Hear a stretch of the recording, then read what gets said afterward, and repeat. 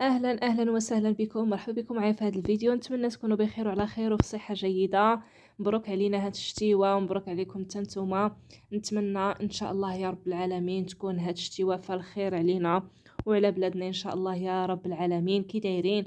شكرا على المشاهدة ديالكم، شكرا على التعاليق ديالكم الزوينة وعلى لي لايك.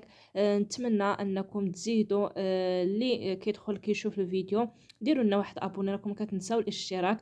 ما شاء الله يا ريت ديك 1600 ولا 1700 مشاهده يكونوا يعني مشتركين معايا في القناه، وندخلوا مباشره في الموضوع ديال السفر لتركيا. كما شفتوا البارح كانت واحد الروينه في التعاليق، كلشي كيهضر خصوصا فاش حطات الزهره يعني داك الفيديو قبل 5. لكن هيهات ثم هيهات، قالكم النيه ديما كيغلب. شفنا المتابعين يعني في الاول، يعني المسابقه الاولى قالوا بان يعني التعاليق كيتمسحوا. فاش شفنا يعني واحد الكم الهائل ديال التعاليق بحكم تيتيش هي اللي كانت رابحه المره الاولى، وشفنا يعني الناس كانت كتقول بان التعاليق كيتحدفوا.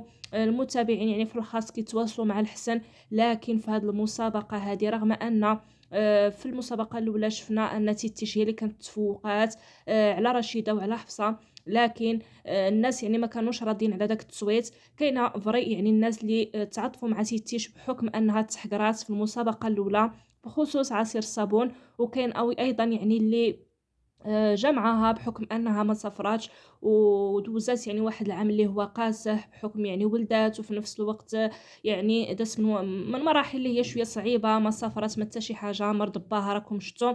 المهم الصراحه يعني ما سافراتش، فالناس يعني بقات فيهم تيتيش، سواء اللي معاها سواء اللي ضدها. يعني الناس ديال المصداقيه يعني قالوا الصراحه الله يعني بحكم تيتيش ما سافراتش هي اللي خصها تسافر.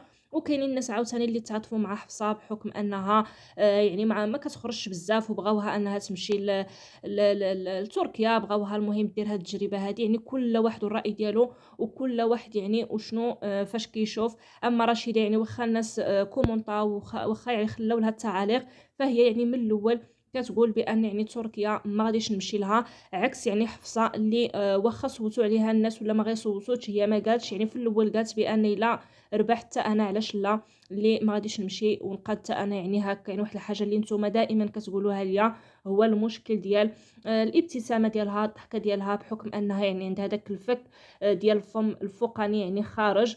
واخا كانت دارت لي باك وهذا، ولكن يعني كان باقي لها نفس المشكل. فهنيئا لحفصه، رغم كما قلت لكم ان الفيديو تحط قبل 5، لكن تفوقات واحد التفوق اللي هو جد كبير بزاف، والناس تفاجئوا. العائله تفاجات بحكم انهم قالوا بان راه تيتيش هي اللي رابحه، هي اللي غدا. لكن في اخر المطاف الصراحه يعني كنتفاجئوا كاملين ان حفصه هي اللي تفوقات، واحد التفوق اللي هو جد كبير. والمتابعين يعني قالوا بان يعني هنا زدنا تاكدنا بان تعاليق فري ديال حفصه يعني في الحلقه الاولى في المسابقه الاولى يعني كانت كتحدث يعني. فاليوم برهنا وبينا بان ماشي الروبوت راه بنادم. واليوم يعني عطاو واحد الرساله بان يعني كاين الغش في المسابقه، وعطاو يعني التبريرات ديالهم، وبينوا بان حتى في المسابقه الاولى يعني لو كان ماشي دوك التعاليق اللي كانوا كيتحدفوا، فاكيد ان حفصه هي اللي تفوقات وهي اللي دات اكبر عدد من اللايكات واكبر عدد من التعاليق. فاليوم كنشوفوا ان حفصه يعني غادي تحط في هذا الموقف هذا، واش غتمشي لتركيا واش ما غتمشيش، واش حقيقه هي في الاصل يعني ما ناوياش عليها، يعني علاش دخلت في المسابقه رغم ان الا كان شي مخطط يعني من قبل ان الزهره غادي تمشي وغتمشي معاها تيتيش وياسين. فعلاش في الاصل يعني دايرين هذه المسابقه هذه؟ راكم شفتوا كما قلت لكم في الاول ان رشيده من الاول كتنفي، يعني هي دخلت المسابقه يعني قالت لا جاتني غادي نهديها لواحد الشخص وانتم غادي تفرحوا يعني بزاف.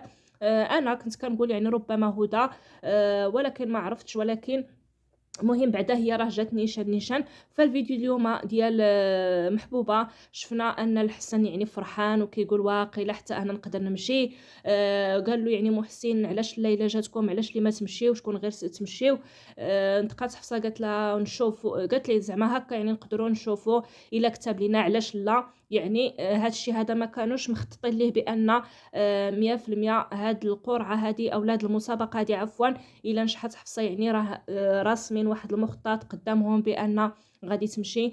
فهنا يعني كيبين ان ربما يعني غادي يكون عاوتاني واحد الاحتمال ان حفصه غادي تنفي هاد غتنفي يعني هاد الرحله هادي لتركيا، وربما يعني تقدر تهديها لتيتيش وغادي تشوف يعني غتقول بان انا ما مستعداش، انا بحكم تيتيش هي اللي ربحتها في الاول، بحكم يعني ما سافرتش هاد العام، ولكن كنظن الا درت حفصه هاد الشيء هذا بحكم ان المتابع بغاها، صوت عليها بكل حبينو، المتابعين ديالها يعني بانهم كيبغيوها وبغاوها انها تخرج، واخا يعني ربحت في الاول عصرة الصابون راكم شفتوا يعني هداتو لما حليمه في الاول يعني ما كانتش باغا هي اصلا، بغات تهديه لشي وحده في العريسات، فاش يعني خافت من شي مشكل هكا ولا شي حاجه فاضطرت انها تهديه لما حليمه.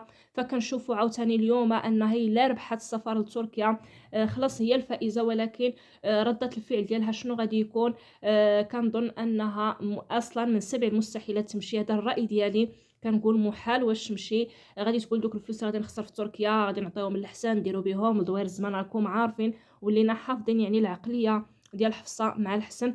ف غالبا غادي تبغي تهديها لتيتيج، وهنا غادي يبقى يعني واحد علامه استفهام للمتابع، واش غادي يرضاو بهذا الشيء هذا. فكنتمناو ان الصراحه الله يعني بحكم ان مسابقه دازت بالتصويت ديال المتابعين، نتمنى ولو مره واحده انهم يديروا بهذا التصويت هذا، والحاجه اللي جات فيها شي حاجه يعني الدار بالفعل، ماشي غير الهضره الخاويه.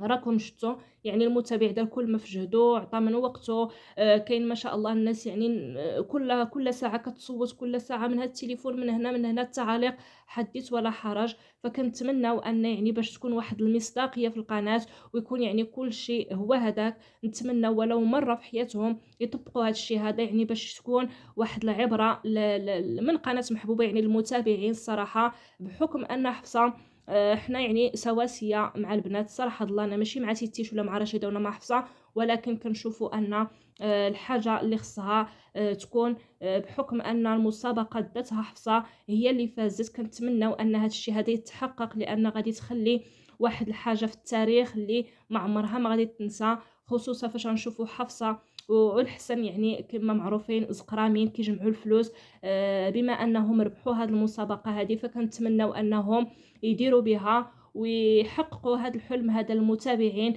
لانهم داروا ما في جهدهم وما خلاو ما داروا على وديتهم. فكنتمناو يعني هذا الشيء هذا يكون ولو شويه في حق المتابعين ديال حفصه اللي شجعوها انهم يمشيو لتركيا، وغادي تبقى في التاريخ بلا يعني ما تحاول انها تهديها عاوتاني تيتيش، ولا يعني داكشي كيبقى الراي ديالها، ولكن بحكم ان هذه كتبقى مسابقه وفيها يعني واحد التنافس اللي هو قوي بين المتابعين سوا ديال حفصه، ما غاديش نهضروا على العريسات، العرايسات كيبقاو خواتات بيناتهم يعني كيتفاهموا بيناتهم، ولكن المتابعين ديال كل وحده سواء ديال رشيده ولا ديال حفصه ولا ديال تيتيش انهم كل مره يحققوا باش تكون يعني واحد المصداقيه في القناه، وتكون فري يعني بان هذه المسابقه هذه ما كتمشيش هكاك هباء منثورا، بالعكس يعني الحاجه اللي كيقولوها كيطبقوها. وكنتمنى حظ موفق للجميع، وان شاء الله علاش لا ما نشوفوش حفصه في هذاك المكان اللي هي تركيا، نشوفوها يعني بفلوقات جدادين، ونشوفوا يعني واحد الحاجه اللي هي جديده في القناه ديالهم، لانهم يستاهلوا صراحه الله يعني كيضربوا حتى التماره. راكم شفتوا كل شيء يعني يستاهلوا انهم يخرجوا، يستاهلوا انهم كاملين بهم.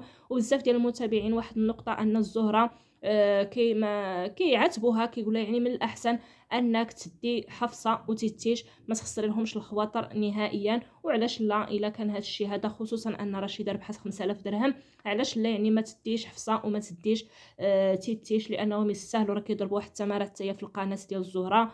وهذا الشيء اللي كاين كلهم كيخدموا وكيتعاونوا مع بعضياتهم، هذا الشيء اللي كاين. تلقاو فيديو جديد ان شاء الله، بلا ما نطول عليكم، باي باي عليكم.